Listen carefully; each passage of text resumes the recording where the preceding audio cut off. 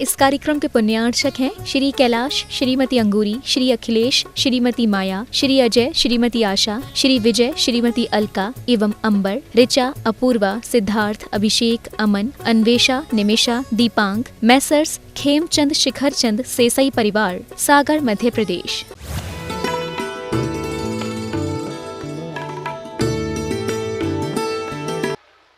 इसलिए पहले सुनना सीखो। आज से इस शासन काल का प्रारंभ हुआ था, इसलिए उस वीर शासन जयंती कहते हैं। क्यों?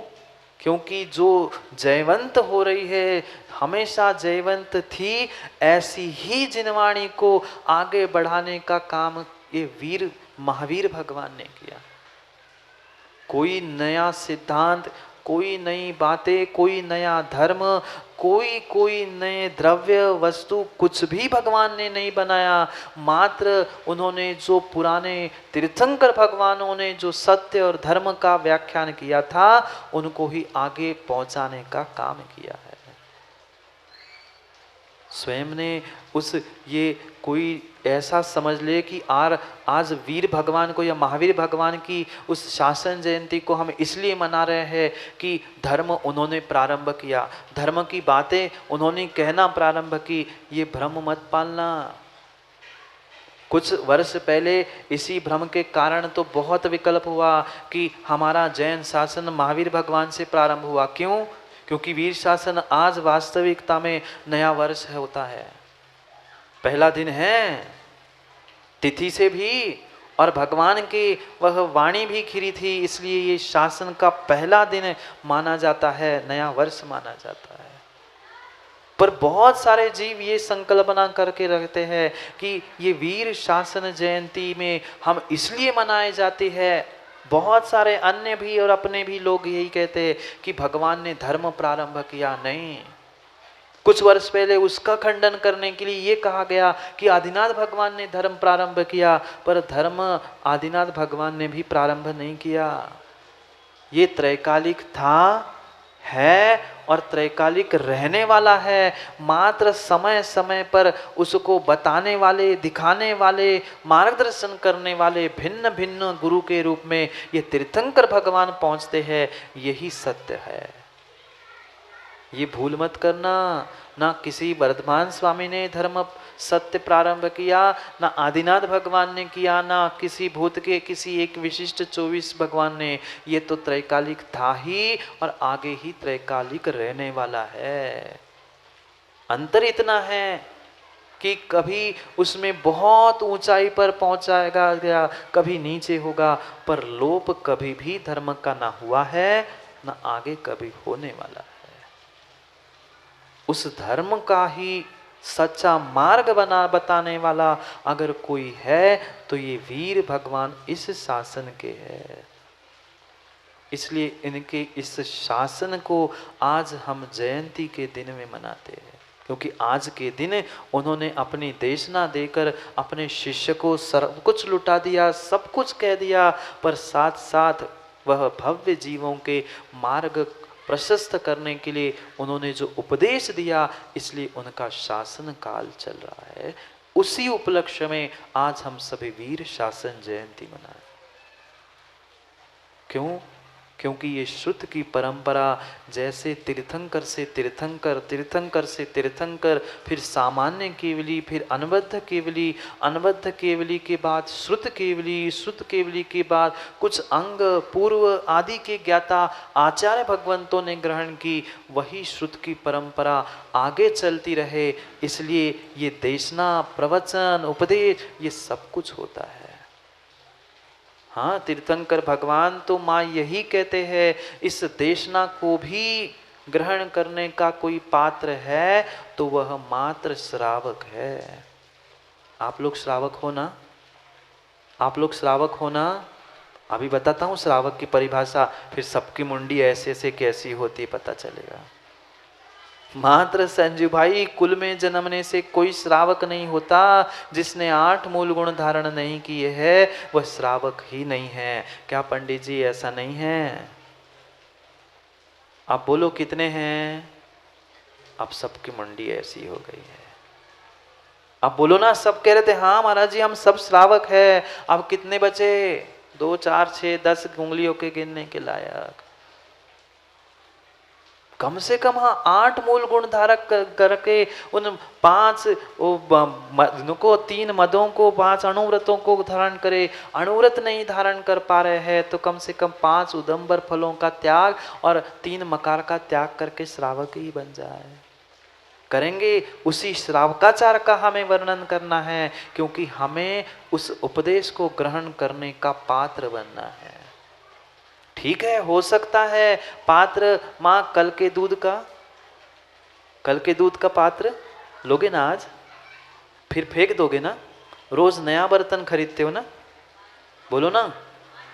उस बर्तन को भी पानी से धोते हैं, वही कल का बर्तन कभी कभी दूध लग भी जाता है, जल भी जाता है, उसको भी साफ करते हो कि उसको फेंक देते हो? वह भले ही कभी बर्तन वह दूध जल गया हो, माँ कभी बर्तन में पिचक आ गई हो तो बर्तन पिचक गया हो तो क्या करते हो? फेंक देते हो ना। राजू भैया कह रहे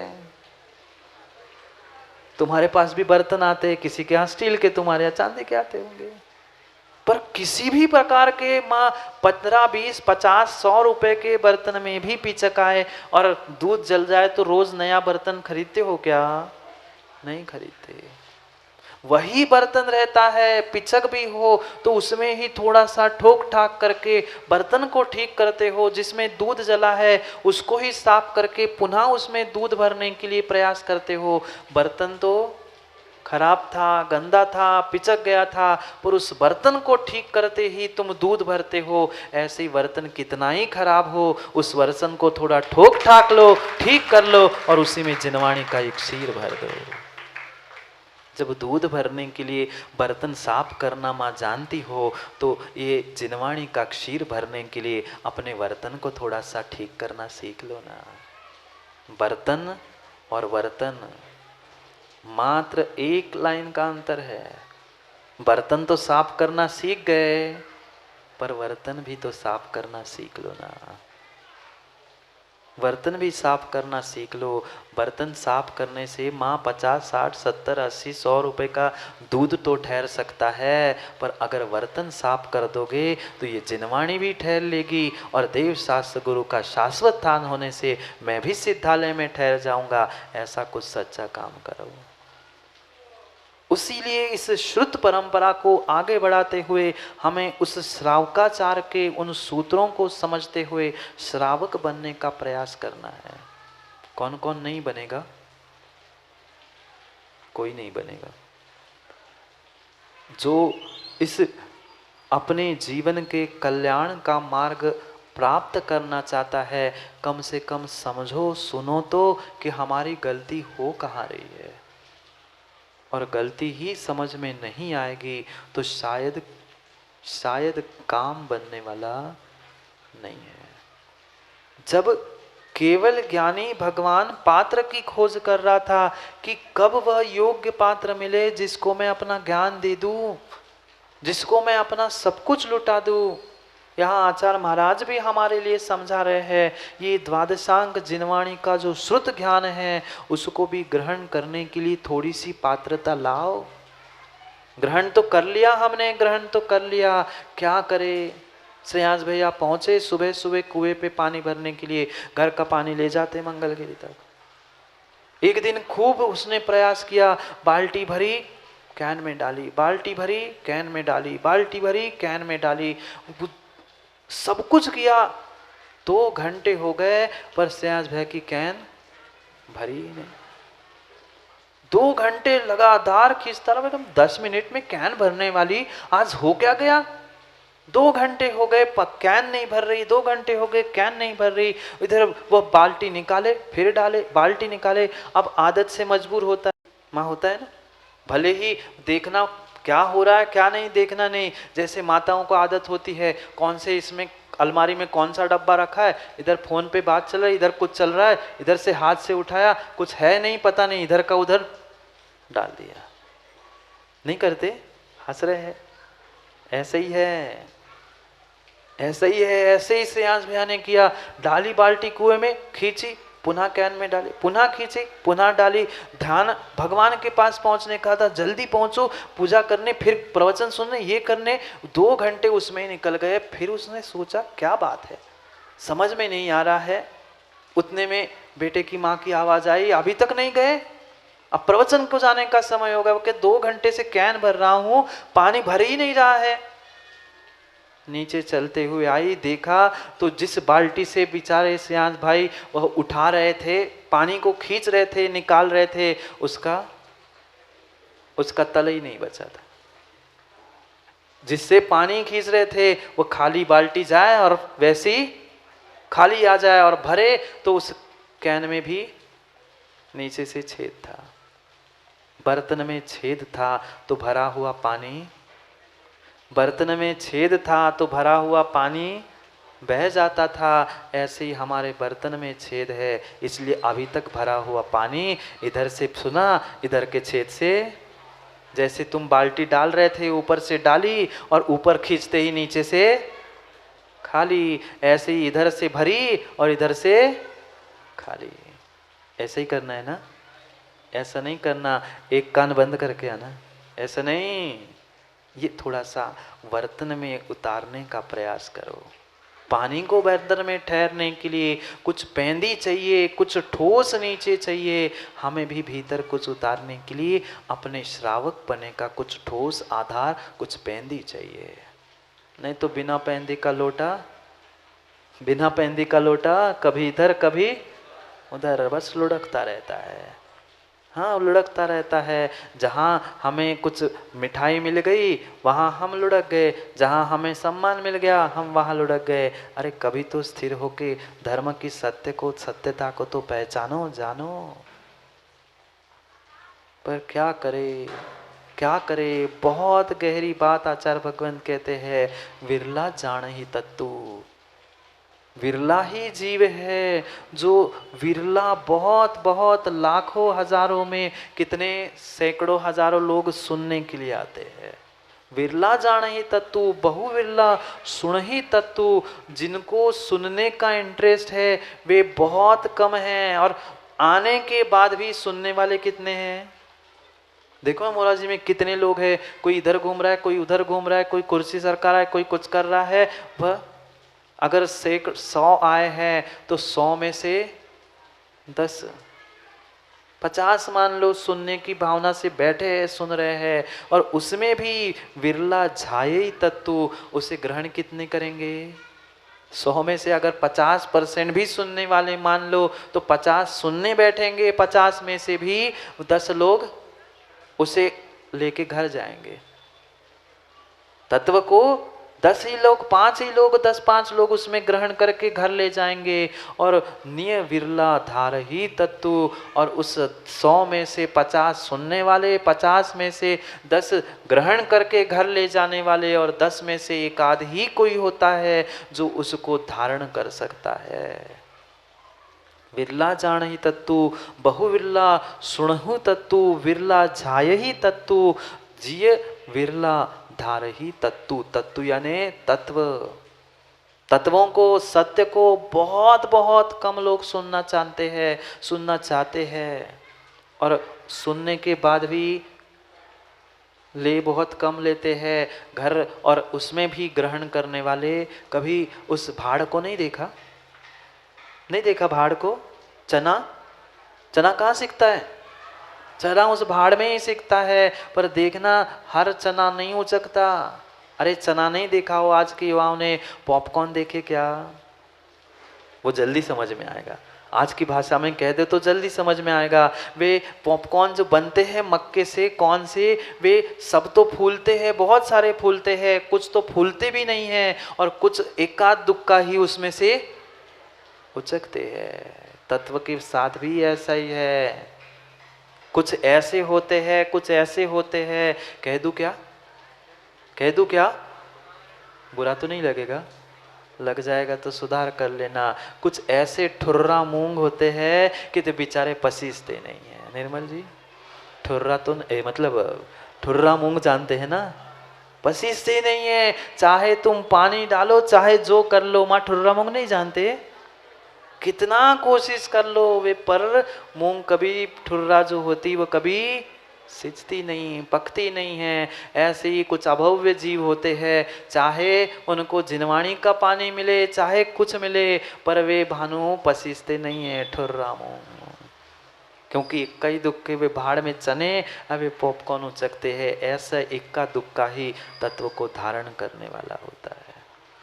समय हो गया है, वे माता हरे खिसक रही है, उसके पहले सबई खिसके तो अच्छी बात है। हम समझ रहे हैं वे भाड़ मतलब घर में चूल्हे याद कर रहे होंगे। आज तो सब हो गया, पर कल ध्यान रखना सब कल समय पे होगा। उस आचार्य भगवंत शिवकोटि स्वामी की उस रत्नमाला ग्रंथ को हमें प्रारंभ करना है। आज मात्र मंगलाचरण करते हुए हम कल से उसका व्याख्यान समझेंगे। आज सभी मिलकर मंगलाचरण करेंगे और प्रयास यही करना कि प्रमोद भाई सबके हाथ में ग्रंथ हो। कहाँ गए वे मनीष? कहते तो गए थे राकेश जी, उनने व्यवस्था की कि नहीं पता नहीं, पर 60-70 श्लोकों का मात्र ये छोटा सा ग्रंथ, और जिसमें श्रावकाचार के लिए श्रावक के उन आद्य कर्तव्यों को, बहुत छोटी छोटी बातों को माँ जल गालन विधि से लेकर वह 11 प्रतिमाओं तक का व्याख्यान शिवकोटि महाराज ने किया है। उससे हमें प्रतिदिन समय समय पे समझना है। आज तक के सब कार्यक्रम हो गए, अब कल से वो नहीं, अब इधर मात्र समय को, आगम को समझने के लिए, उस श्रावक की विधि को समझ करके अपने वर्तन को ठीक करने के लिए, भीतर की पिचक मिटाने के लिए कल समय पे पहुंचेंगे। पर आज उस वीर शासन जयंती के दिन हमें ये ग्रंथ प्रारंभ करना है, इसलिए आज सब मिलके मात्र मंगलाचरण करते हैं। कल उसका अर्थ, उसका व्याख्यान समय पे समझेंगे। अभी मंगलाचरण पढ़े। सर्वज्ञं सर्वभागीशं वीरं मारमदापहं प्रणमामि महामोह शांतये मुक्तताप्तये। भगवान शिवकोटि स्वामी ने इस रत्नमाला नाम के ग्रंथ में श्रावकों के लिए एक एक छोटी से लेकर बड़ी क्रियाओं का व्याख्यान किया। जहाँ मंगलाचरण में उस वीर भगवान यानी जिनकी आज शासन जयंती हम मना रहे हैं, उनके ही नमस्कार करते हुए मंगल भावों के साथ मंगलाचरण किया। एक एक शब्दों का जो गहरा अर्थ शिवकोटि आचार्य भगवान ने दिया है, उसको कल हम समय पे समझेंगे, क्योंकि आज का समय बहुत हो गया। चाबी भी याद कर रही है और चूल्हे भी याद कर रहे हैं। आप किसको इसके पहले कर्मों को खिसका दे, समय पर समय की बात करने के लिए कल पुनः समय पे मिलते हैं। बोले भगवान महावीर स्वामी की।